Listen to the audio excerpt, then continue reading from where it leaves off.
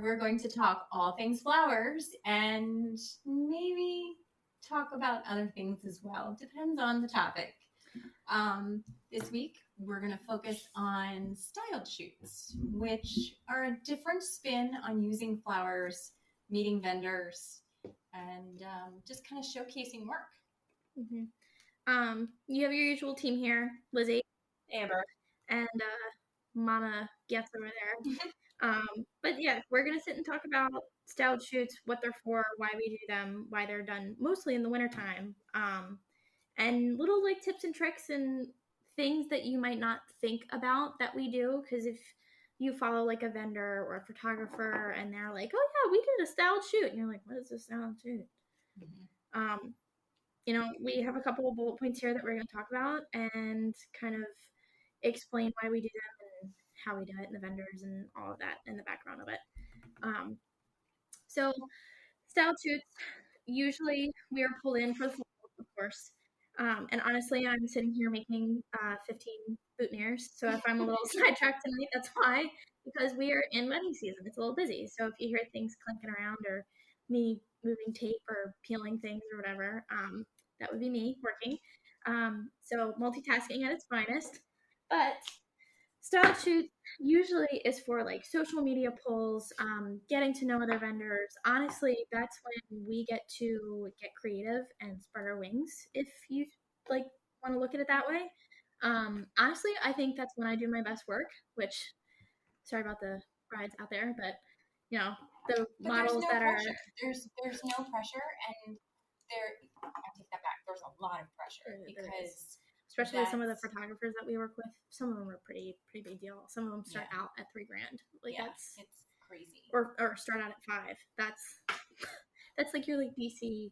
But the style shoots let you try things that you normally can't do, to practice with some of the mechanics, to see how it works, and to see, okay, I think this is going to work, or honestly, what a photographer saw on Pinterest and was like, oh, I want to do that. I want my clients and my brides to know that I can take pictures of this because we can do it and it is possible. And it's not just, oh, I don't know how to do that. That's not like a normal thing or whatever it may be. I think some of my favorite style shoots are when it's not just one florist, one rental company, it's not like single vendors. It's when there's multiple vendors that all come together. And when there's multiple photographers taking pictures of the same thing, but with different perspectives, wow, is that amazing to see. It is really different. Very, very different. And to watch them like all talk together and be like, no, you need to use this lens. And it's like, whoa.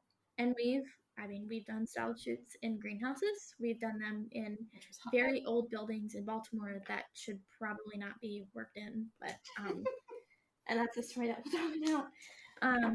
But so the first bullet point that we're going to talk about, which is not really a pet peeve, but kind of a pet peeve, at least for us. I don't know if any other florists out there are kind of on the same wavelength as us. We're going to talk about cosmos in bouquets. I'm sure everybody knows what they are, but I'll explain what cosmos are and the difference between eucalyptus and cosmos. The one being that, of course, they're a flower and they're beautiful, and eucalyptus is a green, but the way that eucalyptus is built and the way that it handles grows, and handles the heat is different from cosmos. Cosmos, I want to get all scientific on you. For my degree. Cosmos are an annual, so they take more time out of their day and their business to push for florals. And if you look at them and if you cut them, they're very soft, and some of them end up having a hole in the center, kind of like bubblegum, because they push to grow out their leaves, their flowers, their buds, their everything to grow, have their season and die, and come back and start by seed again. Because they know that, hey, this is it. We've got one shot. We have to set seed. Yeah. And with eucalyptus, is a perennial in Australia. And honestly, it would be a perennial for us if it didn't go below 40-something in December, January for us. But we're going to try and experiment with the hoop house soon. So hopefully that works out. We can overwinter it. We've overwintered it and it comes back, but we have to cut it flat to the ground. Yeah. It trips my heart. And cosmos don't handle very well in the heat. They get droopy, and to my love, on Instagram, when people do styled shoots, they're these bouquets of cosmos. One, they break so easy. Yep. And they open, and you've got like 20 minutes of them being beautiful and standing, and then if it's hot, you're screwed. Yeah.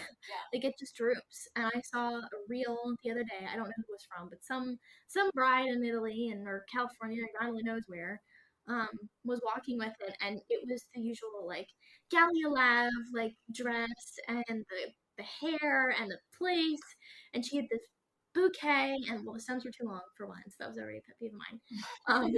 But the second thing, she's walking around this pool in her backyard and her wedding day, and maybe it was a style shoot.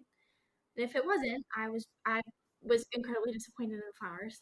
Her whole bouquet was wilted. So the pictures that you send us, or that you send your florist, or that you send your photographers for like, hey, can you get me a bouquet? And it's just cosmos, and we give you something else, is because that's not functional for what you're trying to do. So honestly, shame on other florists for putting cosmos out there, but we've also heard that there have been some florists that are like, you will have to carry your vase around with you everywhere if you want that flower that bad. Yeah. Because you have to take it out, take a picture, and put it back in the vase. Yep. I was going to say, we would never, anytime that a bride would ask for something like that, we're always very clear. This is what you're asking for, but here's the reality of it. Yeah. And here's some substitutions that you can use instead. Mm-hmm. But if your heart is set on that, here's how you have to care for it. And in Oasis, they're not bad in Oasis, depending on how hot it is.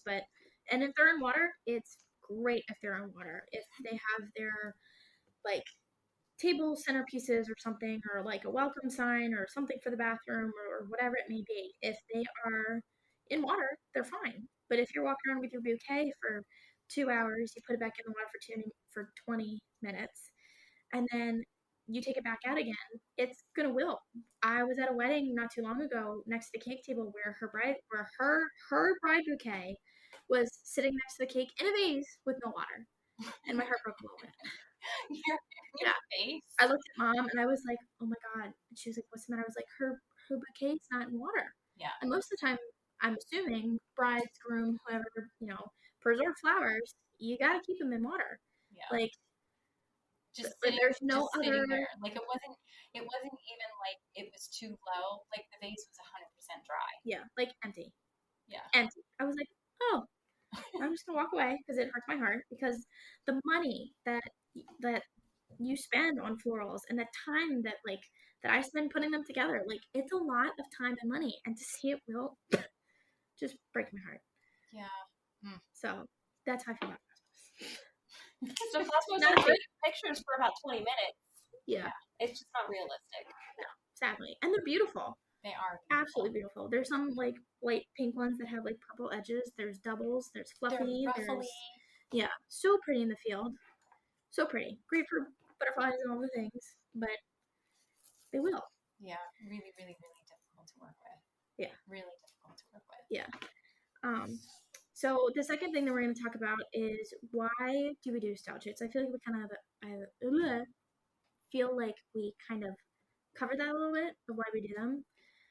It's for social media. It's for social media.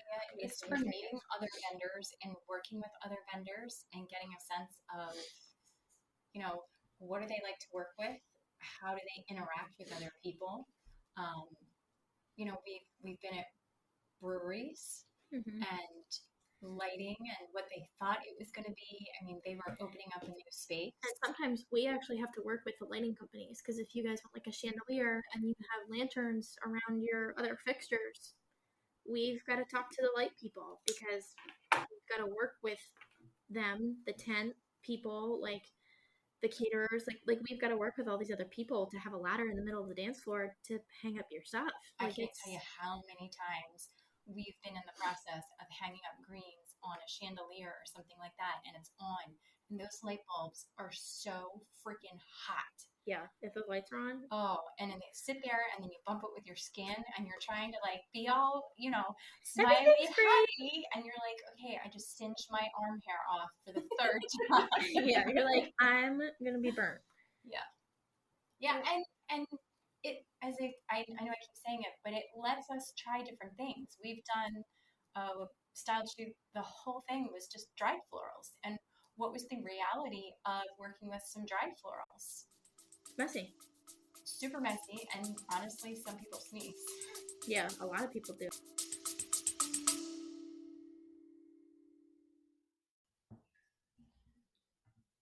Hey guys, Lizzie here. I bet you didn't know this about me, but I am gluten-free, and one of the things that I struggle with is going to the grocery store and finding the foods that fit my dietary needs.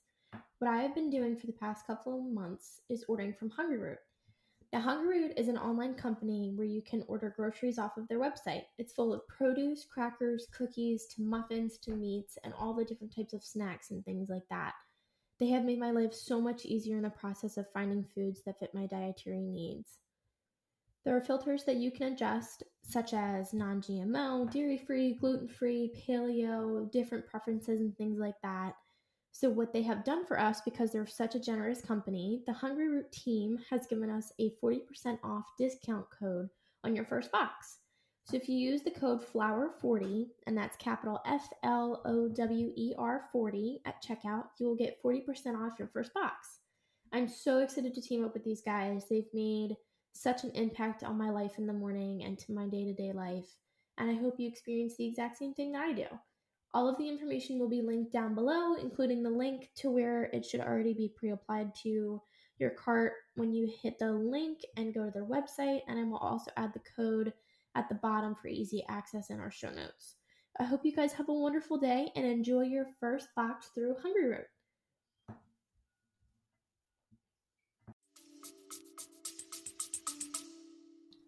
At me. It's beautiful, but not a favorite one. I love our live flowers. Yeah. The one story that I wanted to definitely tell you guys, because we were all on site with doing this one style shoot. I'm gonna have Amber talk about it. The one that we did in Baltimore, right across from the Domino Sugar Factory. Asbestos. Yeah. That's probably our best description. Or if you were in a nightmare walking down like an old factory hallway, this is where it was. We pulled up and we looked at each other and we were like, where would I? Do we even get out? Like, is this okay? Yeah. It was really it was a lot. We were like, it was scary. And if you've been to Baltimore's not always the nicest place to be. Not always friendly. Yeah, which we get it. Thank God there's baseball and football and all the things, because I feel like that's what kind of keeps the city together, along with the Inner Harbor and their arts the art and all the things phenomenal. in the medical system. So I get it, but still, sometimes it's just a little scary. Yeah, it's a little scary. It was. There was also a service elevator that we wouldn't touch with a 10-foot pole. So instead you could for the service elevator, you could stick your leg in between the door and the edges of the platform. I was like, I'm gonna die. There is no OSHA compliance here. Yeah, not happening. So instead of using the service elevator, we were hauling buckets up, 3 flights of stairs? Yep. Spiral stairs at that.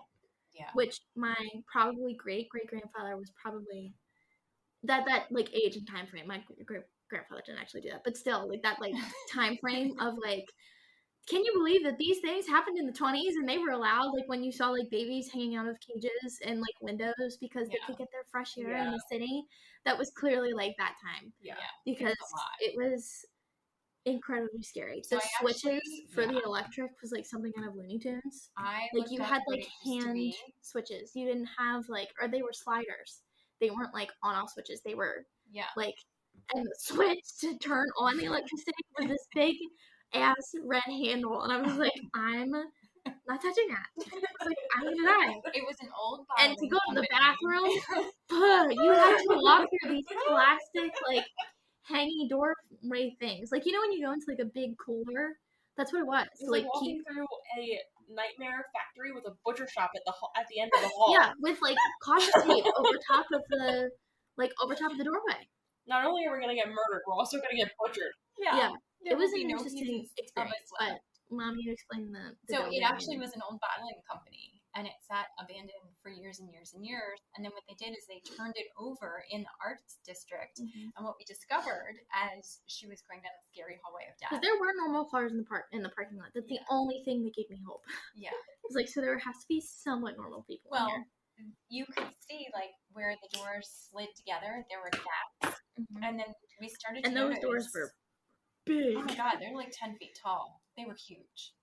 Each. Yeah, insane. They were like double doors with like padlocks. And they had like, you could see where they used to spray all the stuff down into the gutters off to the side. Like, and where the paint was clearly lead and there was clearly asbestos in the ceiling. I was like, please don't inhale too far. And the floor. Oh yeah. But you could see through some of the doors, and it's totally all art.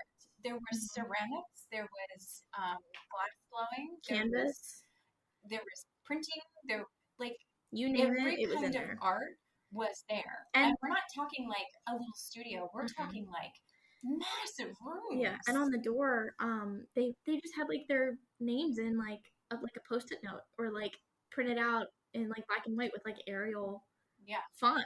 It wasn't like a big logo and all this stuff. It was clearly like a workspace. And we looked him up, and this one painter who is famous in DC and St. Michael's and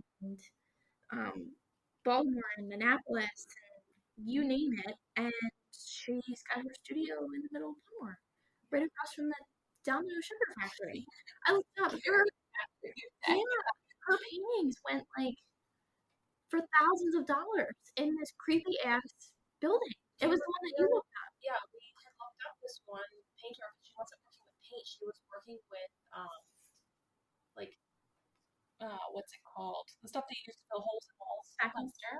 With plaster. She was working with plaster. So she was doing big murals made out of plaster. Man, if you love the smell of paint, it was in there. I'm glad it wasn't glue, because some people would be sniffing that. Yeah, I love art supplies, not because of the other reason. But it was definitely an experience. Yeah, it was an adventure. And it was great. Like, the people were great. We had Jacqueline Steele Photo was with us. We had a couple other girls that came and photographed it. Like, and she's a pretty big deal in DC. So it was good to like work with her and see how she was teaching some of her like interns and things like that, or her friends or whoever they were. It was cool to see the coordinators too, because you kind of see how they like.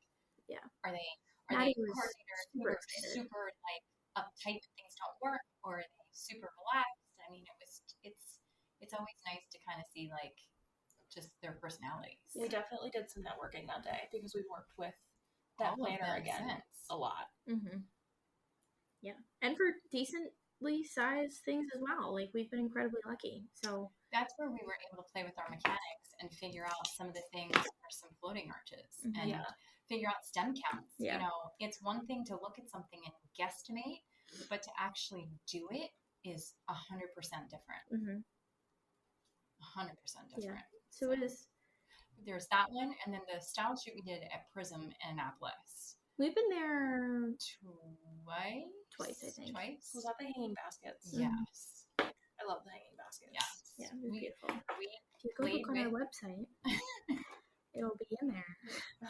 On our Instagram, or if you look up Prism Annapolis like venue, it's like an indoor kind of venue thing.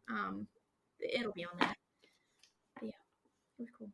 Well, it let us learn mechanics and kind of play with things and figure out how it works and and hanging inversion is amazing, but how do you not have it drip, and how do you like fall out on the table with fire?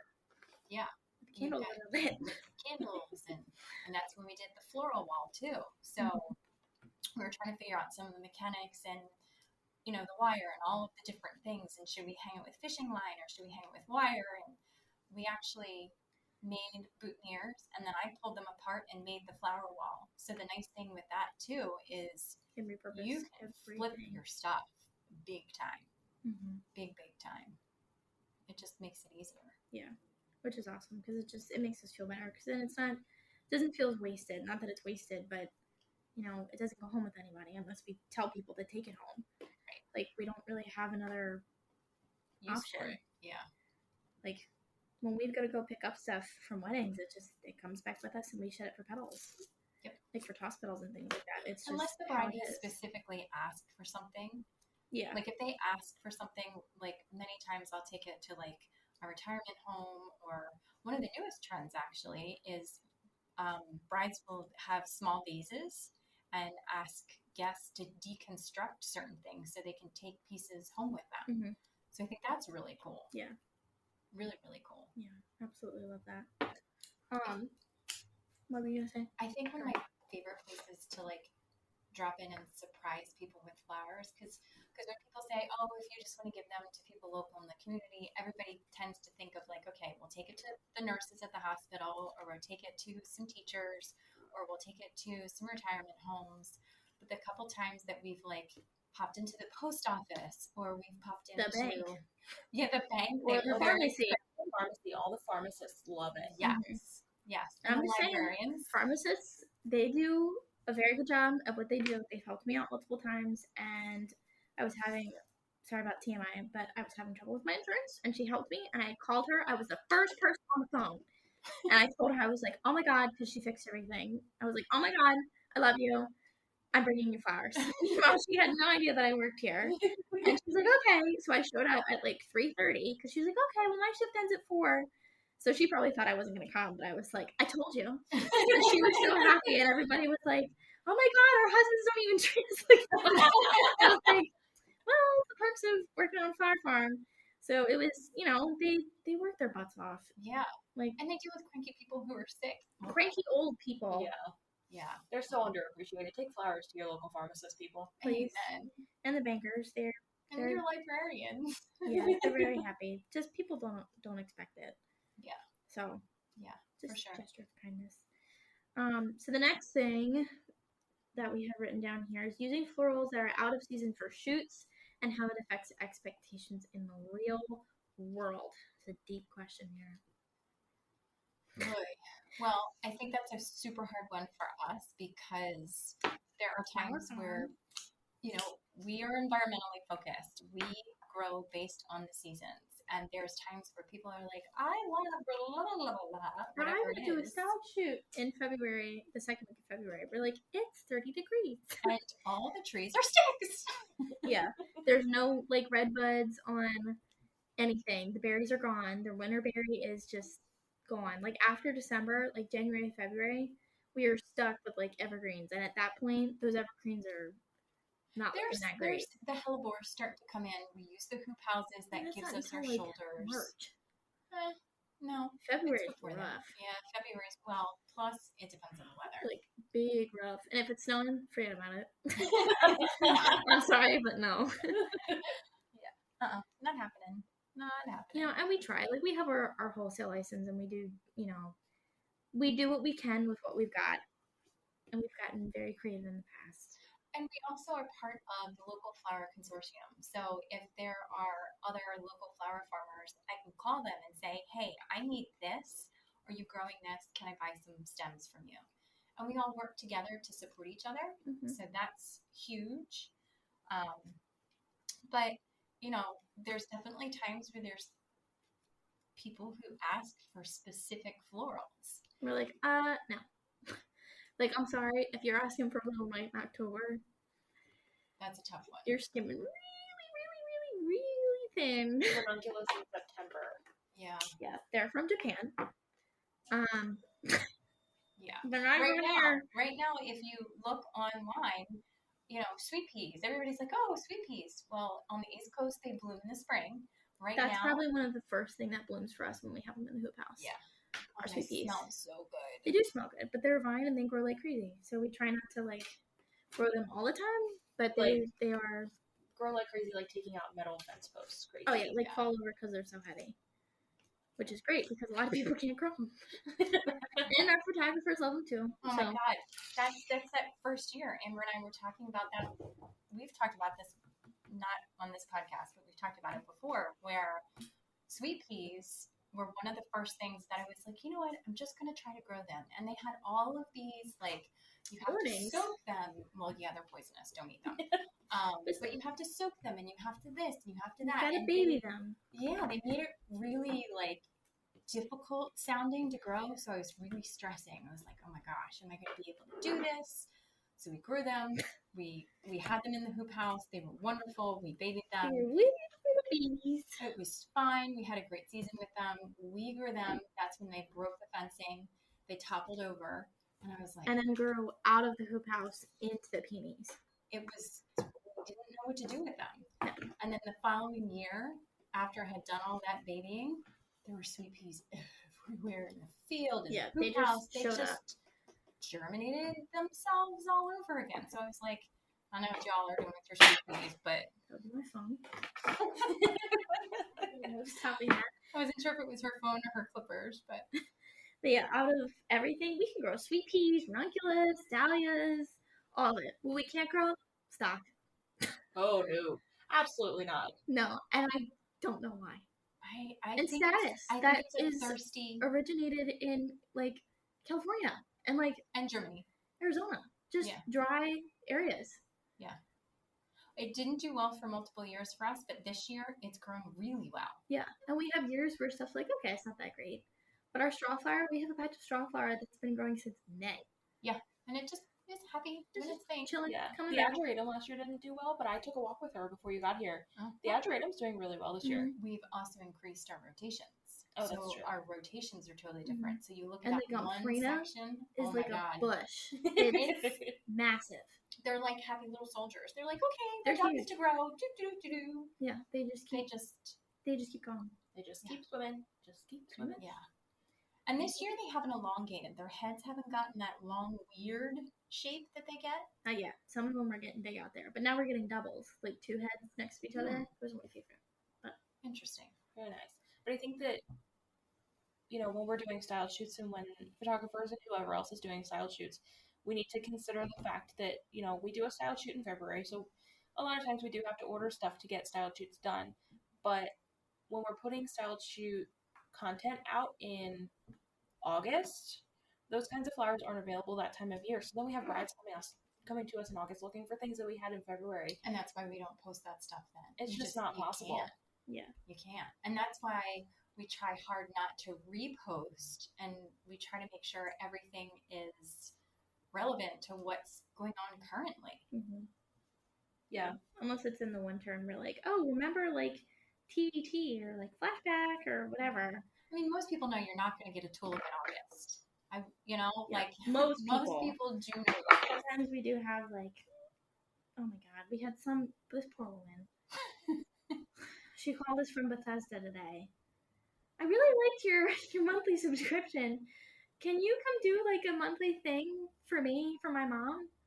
We were like, ma'am, we're on the East Coast? And she was like, yeah. We were like, no. That's like over an hour for a delivery. Yeah. It just doesn't. That's like close to DC. We're like, no. No. It's like, I'm sorry, but no. And there are just some people that don't know, which like I get. Right. So, and good for her for thinking that we could do that, but we're not quite there yet. Not right now. We need a van first. Just kind of a sidetrack. I was talking about networking. I also think that our style shoots give us a chance to work with different ethnicities, different groups that, you know, throughout the year, we don't work with a whole lot of them just because we need to establish ourselves in those groups first. And it's not because we won't work with them. It's just that they need to feel accepted, and being able to put that content out and be able to come to us too. Yeah. Not like, I mean, let's be realistic. Somebody who is Hindu is going to have a completely different view, color scheme, outlook. I mean, or Indian. There's cultural. There's so many cultural differences too, and that's a great way for us to kind of play with some of those things. Or some people that are like Vietnamese, Chinese, or have like a background from like that descent, or they want that like that Asian culture and that focus. Their colors are like their wedding colors, like pink, yellow, white, light sage, and things like that. Your like Eastern Shore, like typical white girl here for us is like blue and white and Chesapeake and driftwood, which is fine because we don't do a lot of driftwood, but I'm staring at green and pink and white banners. We have one wedding this weekend that is like jewel tones and deep colors and all of that. And I'm so excited because I'm so tired of looking in green and white. And it's great. It's beautiful. It's timeless and all of those things. But I would rather prefer. So having that opportunity to do those different cultures and to feel included. Not just that, it was those holidays. Remember we did the Halloween style shoot. Yeah, that was cool because they did smoke bombs. They did and we didn't realize how fast the smoke bombs were gonna and be done. Yeah. And neither did they. So they got to learn. So that was a styled shoot that was just, we all dressed up as witches. We got to be part of it as well. But they had their own, not many people call us and say, hey, I'm getting married. I want black and deep purple and red. Yeah, and that was their engagement shoot or something. Mm-hmm. And every once in a while we have an oddball like that. And we appreciate the oddballs. We take it and we do it and run with it. But doing styled shoots and being able to put content like that out just lets people know that we are welcoming of those things. Mm-hmm. Absolutely. We will totally work out of the box with you. We will totally work with whatever you've got going on. Mm-hmm. Without a doubt. Willingly. Mm-hmm. It lets us play. Mm-hmm. It lets us do stuff that we're not typically doing. Like I said, I'm staring at pink and green and white. We've talked about meeting and working with other vendors, people we've never met. So the logistics of all of the teams between the venue, the couple, the flowers, and the clothing, etc., etc. Yeah. I think sometimes letting so you have different styles of dresses. Well, different styles of dresses allow for different styles of florals. So if you have multiple dresses, you have multiple brides, you have multiple photographers, you have multiple makeup people and hair people. Most of the time, it is the photographers that do put this stuff together. Every once in a while, it's the florist. Not typically. Sometimes it's the venue or the planner. Yeah, or a planner or photographer. Usually that's where they come from, which is understandable. And they'll send us hey, here's our mood board. This is what we're thinking of doing. Yeah. What do you think? And sometimes, quite honestly, we do it and there's zero budget. We just front the whole thing. Mm-hmm. And other times they'll charge everybody and say, okay, this helps with some of the infrastructure things that we know that have to be purchased. Mm-hmm. I think it was that Baltimore one that we did again, where they had the champagne and it was this tier and they were pouring and trying to get them to go over, and nobody had any idea how much champagne that would take. Yeah. So towards the end, when they realized they weren't going to have enough, they quick had to half fill with water, to try to get the correct feel and get everything to work. Mm-hmm. And it was beautiful, and the photos were beautiful. Mm-hmm. But the Shady Lane style shoot we did, that was where it was fun. Shout out to photos by Meg, Taylor Webster, and Amanda Summers, my girl. Miss Hazelwood over here.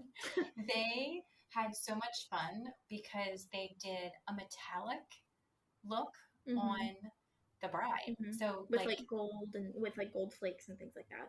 It was so outside the box, so different. It was fruit and it was citrus themed. It had all kinds of fun, funky poppy colors. The cake is always depressing now because it's made with fondant, but on foam. It's usually on styrofoam. Yeah, so the cakes that you see in styled shoots are more than likely fake. I'm always ooh, every once in a while. It does smell good. Oh, it smells amazing. Every once in a while. They'll do something with, cookies, or they'll do something, and you're oh, okay. So we did the one Swan. It was the petals and Prosecco with Alyssa. Yes. Again, shout out to my girl, Alyssa. Oh my gosh. Oh my gosh. I snapped at her all the time. She'll be on here soon. They actually had, what were what were the cookies they had? Macaroons. Yeah. Or macarons. The fancy things that I can't cook. Or bake, sorry. It's the only cookie that I cannot bake. And I would literally eat them until I was sick. They are my favorite cookie ever. Oh, one thing we did learn in that style shoot is be very, very, very clear with your expectations of your work with the other vendors. Because that was the day that I thought Lizzie was going to lose her shit. Oh my God. Still to this day. So the girl that was modeling. Oh, was this the hairpiece? Yeah. Oh. She wanted a hairpiece. Didn't really specify like what kind of hairstyle she was having, anything like that. And the girl who was the model was like a friend of Alyssa or something like that. And I was so proud of this hairpiece. It was like the beginning of like March. It was like tulips and ranunculus and like It was so spring different. things, and yeah, it was really, really, really fun, and grasses and things like that. And it was the first time. We wanted a picture of that so bad because it was different, and we wanted it as part of our like portfolio. And I think I took a picture of the hairpiece on Snapchat, but I sent it to somebody and I didn't save it. I think I actually do have a picture. It's probably somewhere in my memories, but I was so excited to have this picture of this hairpiece. And we walked in, had it all set up, and she was like, "Oh, you know, is the hairpiece up here?" I was like, "Yeah, it's right in the box, labeled, everything." And it was the first time we had gotten metal hair combs off of Amazon that's for like tulle, for veils and things like that, just to like keep them sturdy, because the ones from Dollar Tree or Walgreens just break from like scungy or whatever they're called. You know, they break, and we want them to be sturdy and movable and bendable if you got too many bobby pins. Well, we're asking those pieces, those pieces that you can get from Scungy or however you say that, they're not meant for what they have. No. Like all of the stuff that we do. No, they're not. So we wanted to get stuff that's sturdier, just totally understandable. It was beautiful, had it all glued in, like, so the way that we do it, we put wire through the teeth of the comb, we wrap it around, we make a loop, and then we put paper, honestly, like thick cardstock around this wire and hot glue it so you have like a flat base, because it's just a comb. And there's a lot of different ways to do it, and I totally get that. But we have learned that cardboard absorbs just enough and it holds just right. There's something about it just being that basic that's perfect. Yeah, and that is helpful for us.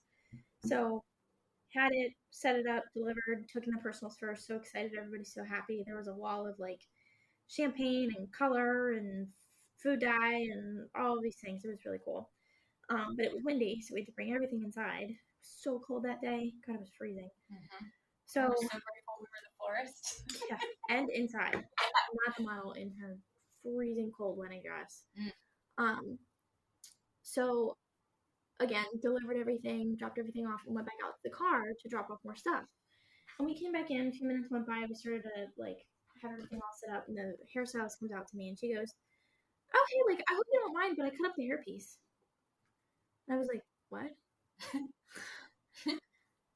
I was like, but it was on a comb. She was like, "Well, yeah, but we have a braid and we just thought it would look better." I was like, "Right." So the hairpiece that we kind of did for free out of our pocket, that we chose, that we wanted to showcase our stuff as, you cut up and put in her hair with those flowers. It was like, okay. I was like, and I ate every single cookie that I fucking wanted because she cut up my hairpiece.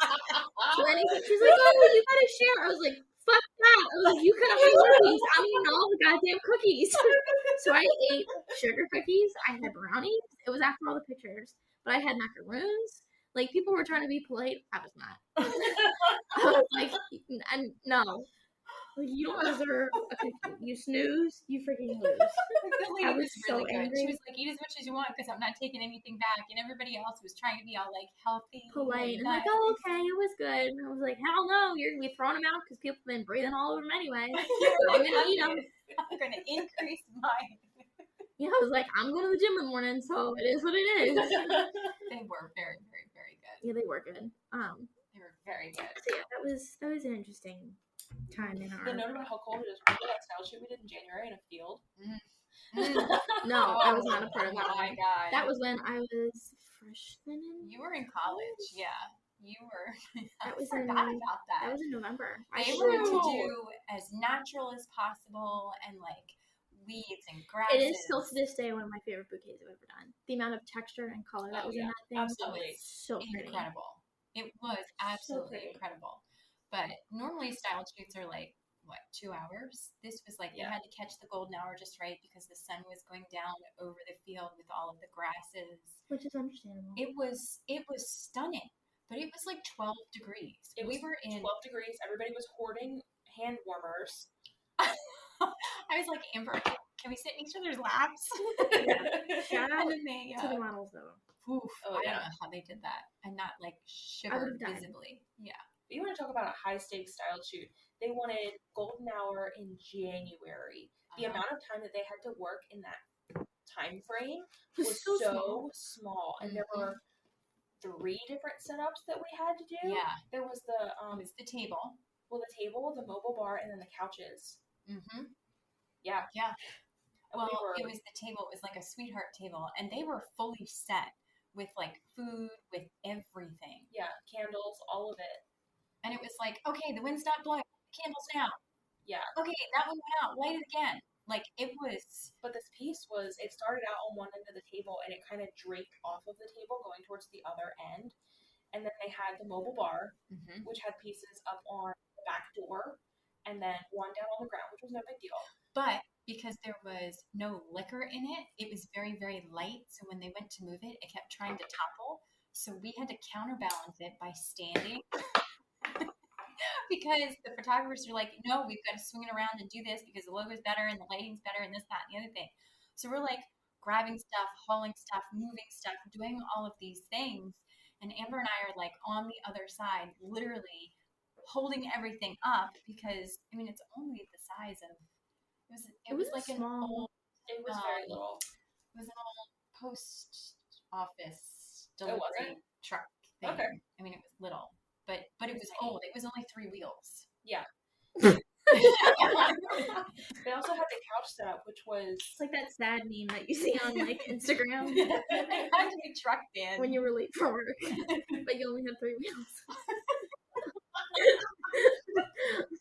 They also had the couch setup where, like, it draped off the one arm of the couch. That was cool. So, in between shoots at different spots, I was pulling flowers from the table to use on the couch, but light was running out, so I had to move it really, really quickly, and also not be in the way of the shoot that was currently happening on the other side of the couch. I had driven back to school by the time you guys were still up there. You were like, yeah, we're still here. I was like, what? They lit a fire pit, and I think absolutely every single person just like huddled around it. Yeah. You want to talk about cavemen? That venue was literally just an open grass field. Mm-hmm. Yeah. That was it. We'd never been there. We're like, oh, it's so beautiful. And you were like, what? Yeah. Wow. You're paying this much for an open field. I was like, Casey, come cut down the corn. Come cut her down. We've got a venue. Just get a big old sign and put it out in the front. It's like, wow. That's a lot of generators. Yeah. That's a lot. The logistics behind that. My God, I can't imagine the catering. No.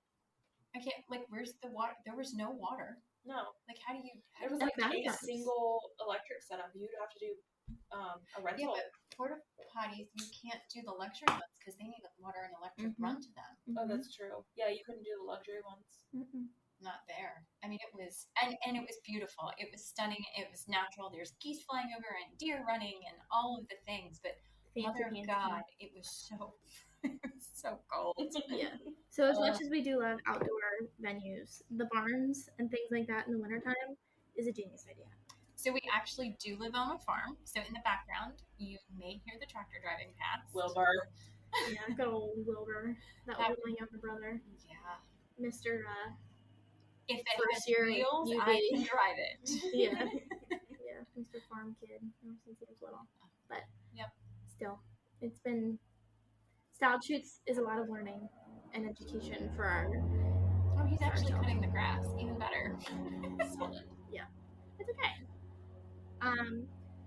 Alright, so and then you just talked about flipping flowers to be reused from multiple spots in the shoot. So we're covered. Yeah. And it's not reusing the same flowers. It's literally like deconstructing and reconstructing as quickly as possible. Yeah. That makes a huge difference. Yeah, and as fast as you can, like Amber said, because if you don't have the sun's going down, it's like you're screwed. Yeah. And also, side note, I couldn't believe that like it's golden hour and we were all set. It was 12 degrees outside, and they took those models up the street to this old historic house. They were like, "We just think it's so pretty." I was like, "You guys got like 15 minutes to get these pictures done." I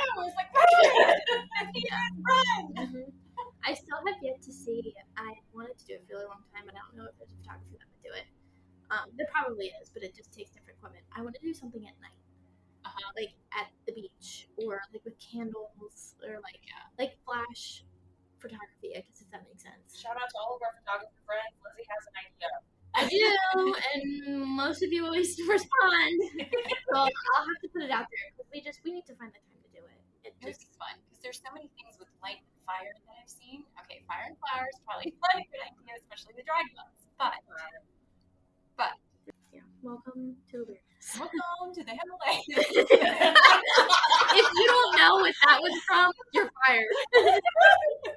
That is probably the best one. Nah, I take that back. I think my favorite is using mainly spoons to dig a tunnel and release it into the wild. Oh, Lord. So yeah, style shoots and monster things. All right, guys. About for this week, I don't even know what at this point. We'll catch you next week. Yeah. You can find us everywhere online. Instagram. The other Instagram, honestly. Maybe the Flower Farm, at the Flower Files. You name it, type it in your URL of wherever browser it may be. Fun with computer. Check out the podcast show notes on what site? On the internet. Yeah, on those things. Oh Lord. Well, have a good week, you guys. We'll catch up with you soon. Bye.